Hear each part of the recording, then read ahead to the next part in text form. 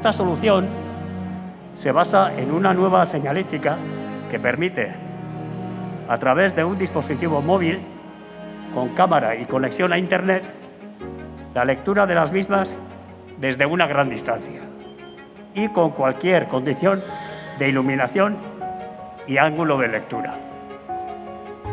Mediante la instalación de la señalética se pueden diseñar itinerarios, proporcionar información de elementos e incluso proporcionar información dinámica, en el caso de teleindicadores, haciendo accesible cualquier espacio para personas con discapacidad visual, ceguera y baja visión.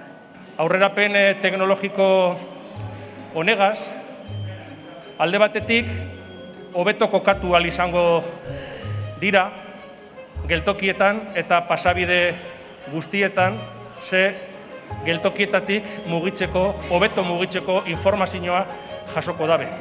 Baina beste batetik be, teleindikadoreetatik jasotzen dan informazioa eurek entzun ahal izango dabe euren sakeleko edo telefono mugikorretan.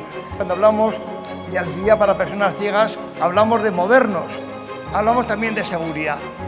En que una persona ciega sepa dónde está, hacia dónde tiene que ir, aumenta su seguridad en cualquier entorno, y más en un entorno como puede ser el entorno de un tren o el entorno de un metro.